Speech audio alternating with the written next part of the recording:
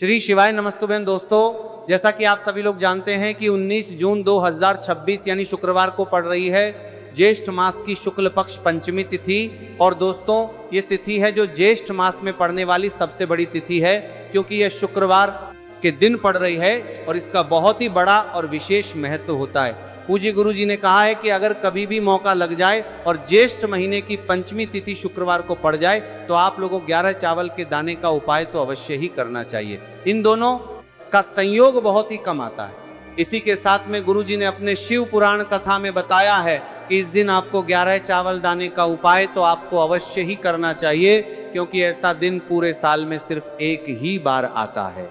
और दोस्तों आप सभी लोग जानते हो कि शुक्रवार पंचमी तिथि का अगर सबसे बड़ा कोई उपाय है तो वह 11 चावल के दाने वाला उपाय है।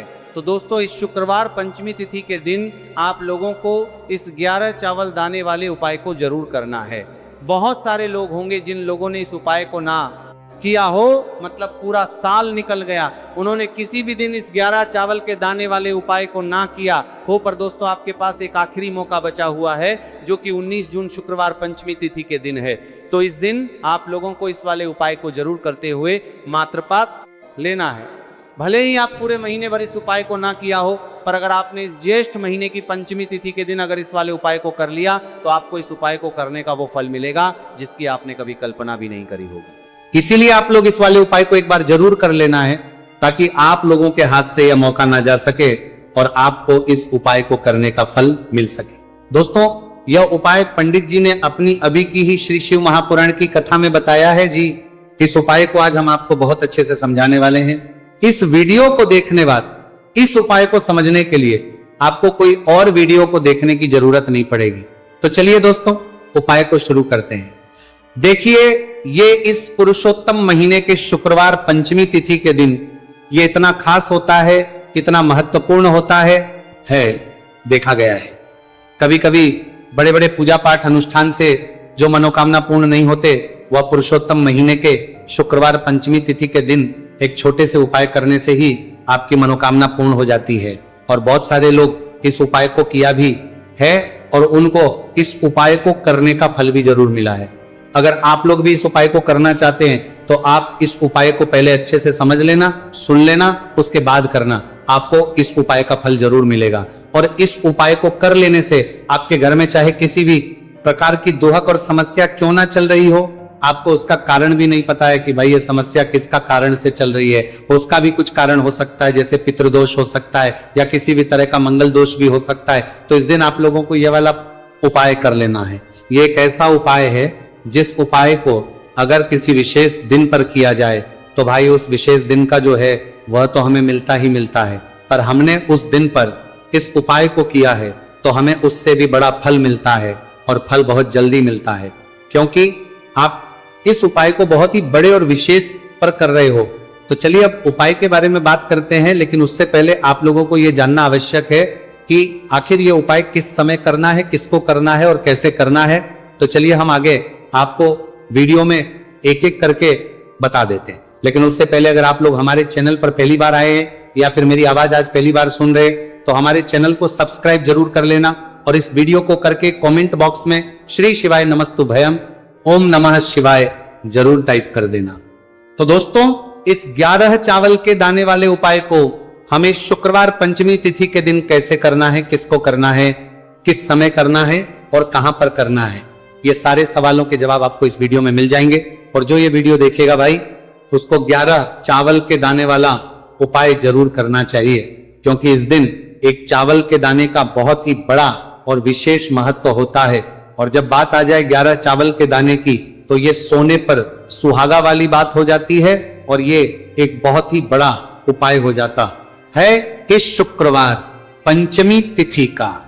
तो अब दोस्तों इस 11 चावल के दाने वाले उपाय को आखिर करना किसको है, सबसे पहले हम लोग वो बात जान लेते हैं। तो देखो घर की जो बड़ी माताएं बहनें होती हैं, उन माताओं बहनों में से कोई भी एक बड़ी माता बहन इस वाले उपाय कर सकती है। और दोस्तों अगर आप चाहे तो अपने घर में से सभी सदस्यों को भी इस उपाय को करवा सकते हैं। अगर किसी व्यक्ति की खुद की कोई मनोकामना है, खुद की कोई दुख और परेशानी है, जो कि वो अपने लिए ही करना चाहता है, इस वाले उपाय को तो वह खुद अपने लिए भी कर सकता है। बाकी अगर कोई घर में से ऐसा है जो कि अपने पूरे घर परिवार की सुख और शांति के लिए ये वाला उपाय करना चाहता है, तो भाई वो भी कर सकता है, उसमें भी कोई दिक्कत वाली नहीं है। कहने का मतलब यह है कि इस उपाय को हर एक सदस्य भी कर सकता है और पूरे घर परिवार के सदस्य के लिए घर की बड़ी माताओं बहनों में से कोई एक माता बहन भी कर सकती है। माताएं बहनें अगर घर में उपस्थित ना हो या वह यह वाला उपाय ना कर पा रही हो, तो फिर घर का कोई बड़ा सदस्य भी इस 11 चावल के दाने वाले उपाय को कर सकता है, चाहे फिर वह पुरुष ही क्यों ना हो, उसमें कोई भी दिक्कत वाली बात नहीं है। अब दोस्तों, इस 3 बल के दाने वाले उपाय को हमें करना कहां पर है? हमें इसे शिव जी के मंदिर में जाकर करना है। बहुत सारे लोग प्रश्न करते हैं, हर एक उपाय को करते समय क्या हम इस उपाय को घर पर कर सकते हैं? तो इस वाले उपाय को आप घर पर नहीं कर सकते हो। इस वाले उपाय को करने के लिए आपको शिव जी के मंदिर ही जाना पड़ेगा। उसके बाद में दोस्तों जो अगला प्रश्न निकल कर आता है वो ये आता है, इस उपाय को लेकर कि आखिर इस उपाय को हमें किस समय करना है? सुबह के समय करना है कि शाम के समय करना है? तो देखो, इस वाले उपाय को आप लोग सुबह के समय भी कर सकते हो और शाम के समय प्रदोष काल में भी कर सकते हो। अब अगर आप पूछो कि भाई सबसे उत्तम समय कौन सा रहेगा इस 31 चावल के दाने वाले उपाय को करने का, तो हम आपसे बस यही कहेंगे कि इस उपाय को आप सुबह के समय करेंगे तो ज्यादा बेहतर होगा। बाकी अगर प्रदोष काल शाम के समय भी करेंगे तो भी अच्छा होगा, उसमें कोई भी दिक्कत वाली बात नहीं है। तो अब दोस्तों, अगली सबसे बड़ी और महत्वपूर्ण बात आती है, वह ये आती है कि सुबह अगर हम उपाय को करेंगे तो हमें कितने बजे से लेकर कितने बजे तक के बीच में करना है, और शाम के समय प्रदोष काल में करेंगे तो हमें कितने बजे से लेकर कितने बजे के बीच में करना है। तो देखो, सुबह जितनी जल्दी हो सके आप उपाय को करने की कोशिश करना। बाकी अगर किसी कारणवश लेट भी हो जाओ थी, देर भी हो जाए, तो 10 या 11 बजे तक भी आप उपाय कर लेना, पर 12 बजे से ज्यादा देरी ना हो, ठीक है? इस बात का ध्यान रखना।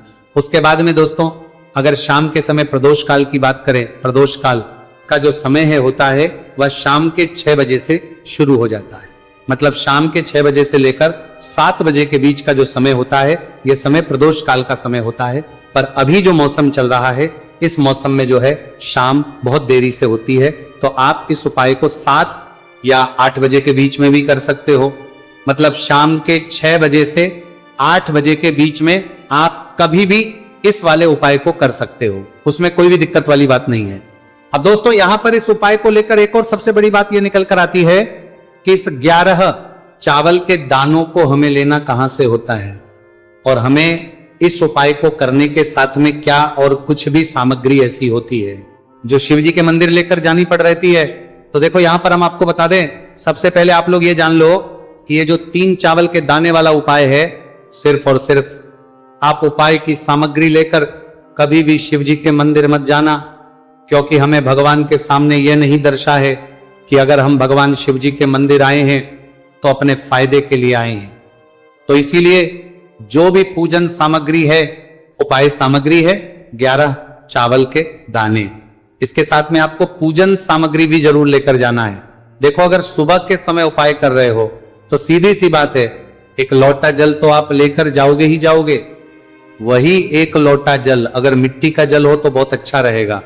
मिट्टी का जल कैसे बनाता है, इसके लिए हमने पहले से बहुत सारी वीडियोस बना दी है आपके पास। इस दिन एक आखिरी मौका रहेगा, मिट्टी का जल शिवजी पर चढ़ने का और उपाय को करने का बहुत बड़ा आपको इस दिन फल मिलेगा। तो इसीलिए इस दिन हो सके तो भाई मिट्टी का जल चढ़ाना, तो अपने साथ में कम से कम एक लोटा जल तो आपको लेकर जाना ही जाना है। अगर मिट्टी का जल नहीं है तो घर का जल भी आप इस्तेमाल कर सकते हो। इसके अलावा जो भी पूजन सामग्री है, देखो 11 के दाने ये अलग आपके रहेंगे और जो आपकी पूजन सामग्री रहेगी वो अलग रहेगी। पूजन सामग्री में आप जो भी चीज लेकर जाना चाहे वो लेकर जा सकते हैं। एक बेलपत्र भी लेकर जा सकते हैं, उसमें कोई भी दिक्कत वाली बात नहीं है। वहीं अगर हम बात करें शाम के समय की, तो शाम के समय शिव जी पर जल नहीं चढ़ता है। इसीलिए शाम के समय आप लोग एक दीपक तैयार कर लें, जो कि गोल तीखा, आटे का, शुद्ध देसी गाय का, घी का होगा, है ना। इस बात का आप लोगों को ध्यान करना है। और इस दीपक को आपको घर से जलाकर नहीं लेकर जाना है, भगवान शिव जी के मंदिर में जाकर ही जलाना है। इस बात का भी आप लोगों को ध्यान रखना है। अब दोस्तों यहां पर हमें इस बात को समझना है कि ये 11 चावल के दाने हमें लेना कहां से है। क्या हमें दुकान से लेकर आना है, या हमें अपने घर से लेना है, या कहां से लेकर आना है, और कौन से चावल लेना है, क्योंकि चावल भी बहुत प्रकार के होते हैं। तो देखो, इन सभी सवालों के जवाब आप लोग एक बात में सुन लो कि भाई जो उपाय है, इस उपाय में आपको ये नहीं देखना है कि भाई कौन से चावल है, कौन से चावल नहीं है। बस जो भी चावल ले रहे हो वो चावल का दाना सबूत होना चाहिए, मतलब साबुत होना चाहिए, टूटा हुआ नहीं होना चाहिए, कटा पीटा नहीं होना चाहिए। ये बात आपको ध्यान रखना है। बाकी आपका चावल बासमती हो या सादा चावल हो या कोई सा भी चावल हो, उसमें कोई भी दिक्कत वाली बात नहीं। तो सीधी सी बात है कि आपके घर के रसोई घर में जहां पर आप बनाते हो, वहां पर जो भी चावल आपके उपस्थित हो, उन चावलों में से अपनी एक कटोरी भर लेना या एक मुट्ठी चावल अलग से निकाल कर रख लेना, क्योंकि हम 11 चावल ही यहां पर इस उपाय में लेने वाले हैं। तो हमें ये चावल के दाने गिनकर निकालने पड़ेंगे, इस बात का आप लोगों को ध्यान रखना है। तो अपने उस चावल की कटोरी में से या चावल में से 11 ऐसे चावल के दाने आप लोग निकाल लो, जो कि टूटे हुए ना हो, कटे पीटे ना हो, कोई दाग ना लगा हुआ हो, है ना। अच्छे साबुत चावल के दाने 31 दाने आप लोग निकाल कर रख लो, और इन्हें किसी भी एक कागज की पड़िया में या किसी एक छोटी सी कटोरी में आप लोग रख लो, ताकि ये सुरक्षित रहे, आपके एक भी चावल का दाना इधर उधर ना हो और आपका उपाय भी पूरा अच्छे से हो जाए। तो भाई जैसे ही आपका उपाय की जो सामग्री है, 11 चावल के दाने, ये तैयार हो जाते हैं, उसके बाद में आपको जो भी अपनी पूजन सामग्री है, सुबह समय कर रहे हो तो 1 लोटा जल और 1 बेलपत्र या पूजन सामग्री जो लेकर जाना चाहो उसकी भी तैयारी कर लेना। और शाम के समय जा रहे हो तो भाई अपना जो दीपक है उसे तैयार कर लेना, ठीक है। और उपाय को करते समय शुद्धता का विशेष रूप से ध्यान रखना, ठीक है। सुबह सुबह स्नान करने के बाद ही उपाय को करने की आप लोग तैयारी करना। उसके बाद अगर शाम के समय की बात करें तो शाम के समय आपको स्नान करने की जरूरत नहीं है, पर शुद्धता ध्यान रखना है। आपको स्नान तो नहीं करेंगे, आप हाथ मुंह धोकर भी इस वाले उपाय को शाम के समय प्रदोष काल में कर सकते हैं, इसमें कोई दिक्कत वाली बात नहीं है। तो आप अपने उपाय की पूरी सामग्री तैयार करके आपके पास ही में जो आपका शिव मंदिर हो वहां पर पहुंच जाइए। सबसे पहले शिव मंदिर में जाकर आप लोगों को उपाय नहीं करना है, पहले भगवान के दर्शन करना है, भगवान से आशीर्वाद प्राप्त करना है, फिर शिव जी की शिवलिंग के पास में आना है।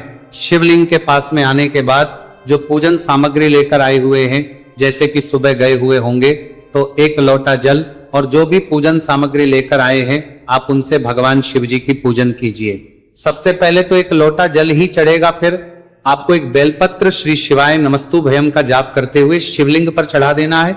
उसके बाद में आपकी पूजन सामग्री चढ़ेगी।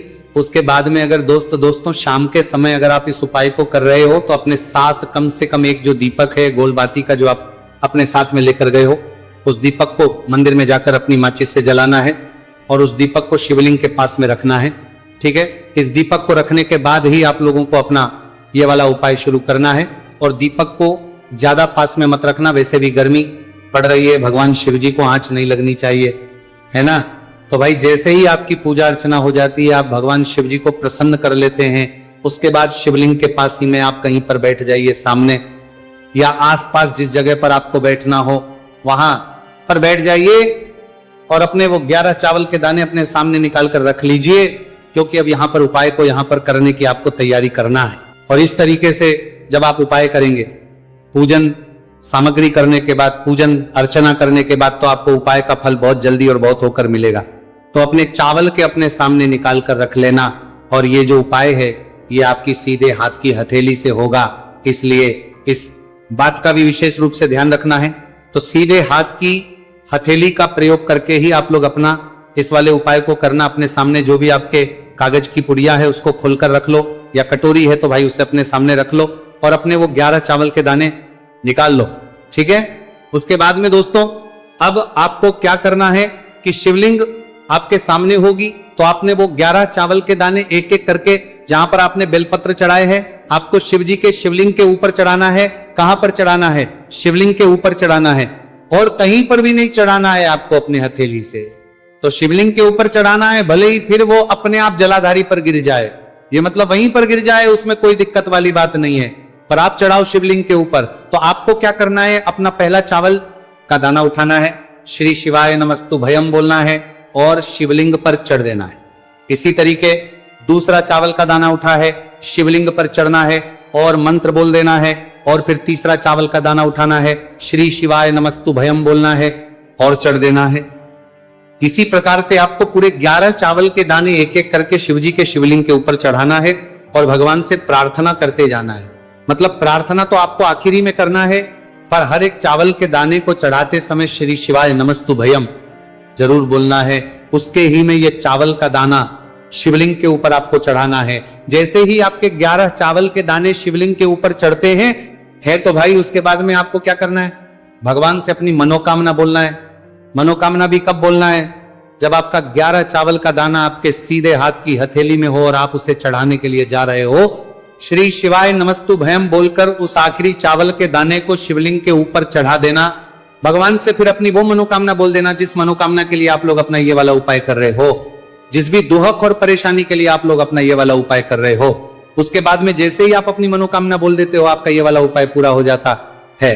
पर दोस्तों उपाय को करने के बाद आप लोगों को 2 मिनट भगवान शिव जी के मंत्र का जाप जरूर करना है और मंत्र का जाप करने के बाद भगवान से एक और बार करना है अपनी मनोकामना के लिए या अपनी जो भी दुख और परेशानी है उसके लिए। इसके बाद में आप लोग भगवान को देखकर भगवान से प्रार्थना करके उनसे आशीर्वाद लेकर वहां से उठ सकते हैं और अपने घर पर जा सकते हैं। बस दोस्तों यहां पर ये वाला उपाय पूरा हो जाता है। इस तरीके से जो भी व्यक्ति छोटी छोटी छी का ध्यान रखते हुए इस 11 चावल के दाने वाले उपाय को करेगा, निश्चित सी बात है उसे उसकी मनोकामना पूरी होगी और जो भी दुख और परेशानी है वो भी बहुत ही जल्दी दूर होंगे। तो दोस्तों ये थे पूज्य गुरु जी द्वारा बताए गए कुछ बहुत ही खास उपाय।